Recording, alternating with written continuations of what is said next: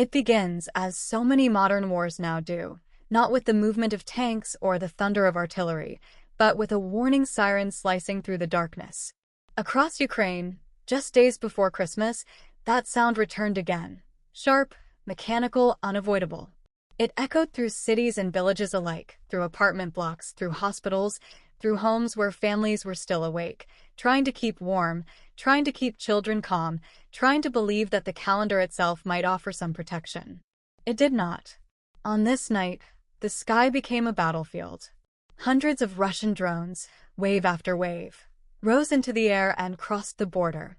They were joined by missiles launched from far beyond the horizon, weapons designed not just to destroy, but to exhaust, to overwhelm air defenses, to test endurance, to send a message.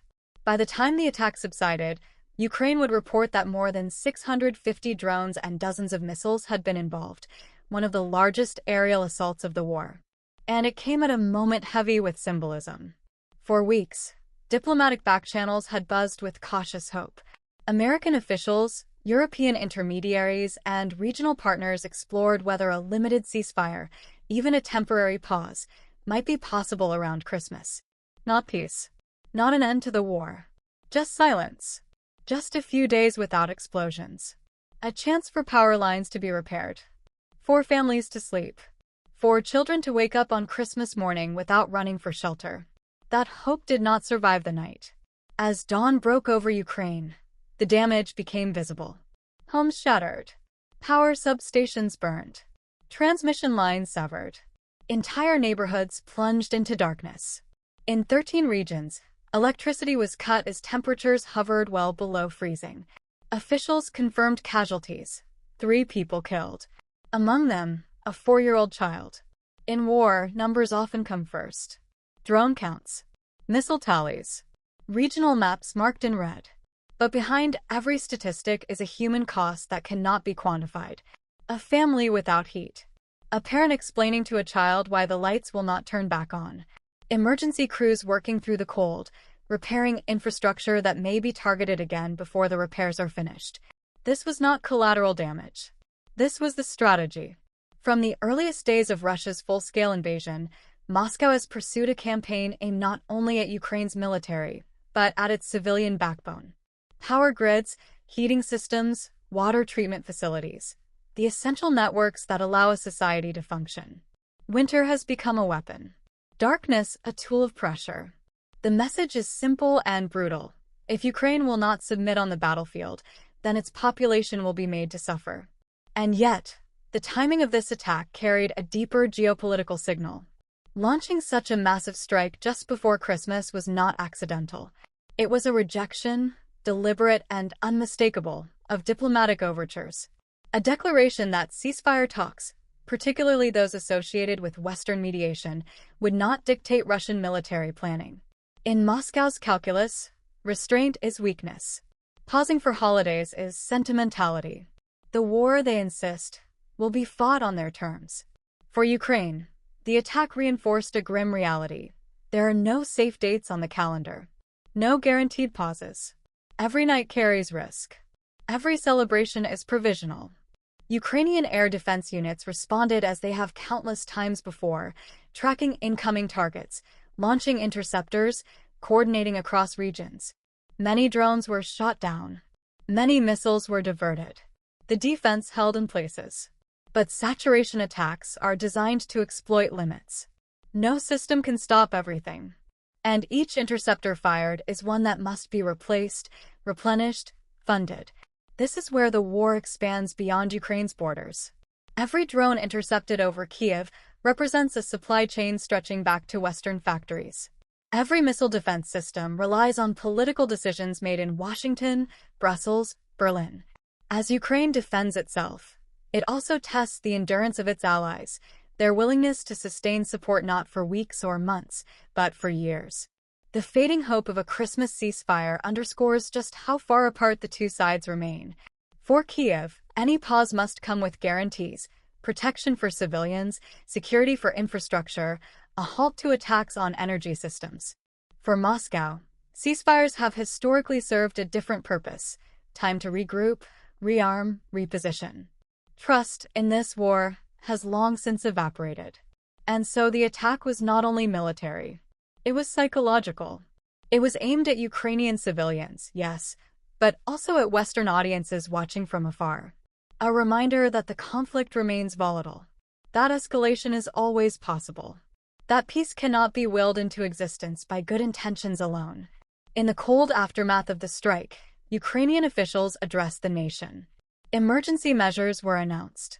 Repair crews mobilized. Shelters opened. Generators distributed where possible.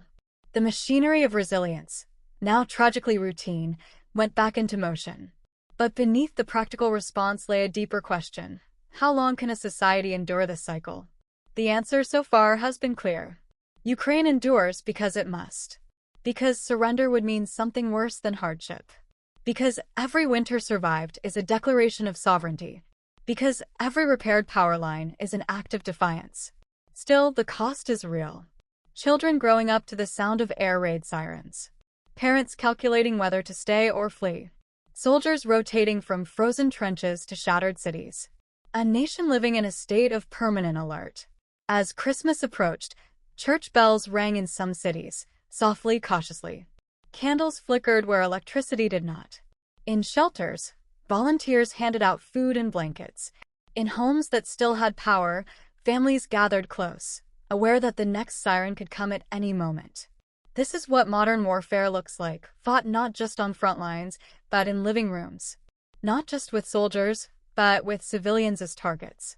Not just for territory, but for morale, endurance, and political will. And as the drones fell silent, for now, one truth became unavoidable. The attack was not an ending. It was a message. A prelude. A warning that the winter campaign is far from over, and that the decisions made in the coming weeks, by generals, by presidents, by allies, will shape not only the battlefield, but the lives of millions caught beneath the flight paths of unmanned weapons. To understand why this winter matters so profoundly, you have to understand how the war itself has changed. What began as a conventional invasion, columns of armor, airborne assaults, a rapid push toward Kiev, has transformed into something far more insidious, far more calculated. Russia's drone campaign is not a side tactic. It is now a central pillar of its strategy, refined through trial, failure, and adaptation. Early in the war, drones were largely tools of surveillance. Eyes in the sky. Cheap, expendable platforms used to spot Ukrainian positions and guide artillery fire. But as the front lines stabilized and Russia's ground forces struggled to regain momentum, Moscow adjusted. It invested heavily in long-range, one-way attack drones, weapons designed not to return, not to be reused, but to explode on impact. These drones are not sophisticated in the traditional sense. They are slow, loud, relatively inexpensive compared to cruise missiles. And that is precisely the point. By launching them in massive numbers, often in coordinated waves, Russia forces Ukraine to make impossible choices. Every incoming drone must be tracked. Every potential strike assessed. Air defenses must decide when to use high-value interceptors and when to hold fire. The economics of the exchange are brutally asymmetric. A drone costing tens of thousands of dollars can compel the use of a missile worth hundreds of thousands or more. This is warfare by attrition, not just of infrastructure, but of resources. The targets reflect this logic. Power stations, substations, transformer yards, facilities that are difficult to repair quickly and easy to hit again. The goal is not permanent destruction. That would require far more firepower, but persistent instability. Rolling blackouts, emergency shutdowns, repairs that barely finish before the next strike arrives. And winter amplifies everything. In sub-zero temperatures, electricity is not a convenience. It is survival. Heating systems fail without power. Water systems freeze. Hospitals rely on generators that were never meant to run continuously for weeks on end. Each outage compounds the strain on an already exhausted population. This is not incidental. Russian military planners understand climate, infrastructure, and psychology. They understand that cold wears people down faster than bombs alone. They understand that fear, repeated night after night, can fracture societies even when armies remain intact. But Ukraine has not fractured. Instead, it has adapted with remarkable speed. Air defense networks have been expanded and layered. Western-supplied systems, from advanced missile defenses to portable launchers, have been integrated with Soviet-era equipment in ways few analysts thought possible. Ukrainian technicians have learned to repair damaged power infrastructure at unprecedented speed, often under fire, often in darkness. The country has become, by necessity, one of the most experienced nations on Earth at surviving aerial bombardment. Yet resilience does not mean invulnerability. Each winter strike raises the same strategic question: can Ukraine maintain this level of defense indefinitely? And just as importantly, can its allies? Because every intercepted drone tells a larger story about global politics. The United States and European partners have framed their support for Ukraine as a defense of international norms, sovereignty, territorial integrity, the principle that borders cannot be changed by force. But those principles now come with a price tag measured not just in dollars, but in industrial capacity. Missile stockpiles must be replenished. Production lines accelerated. Budgets negotiated amid domestic political pressure and competing crises. In Washington, debates over aid packages have grown more contentious. In Europe, energy costs and inflation have tested public patience.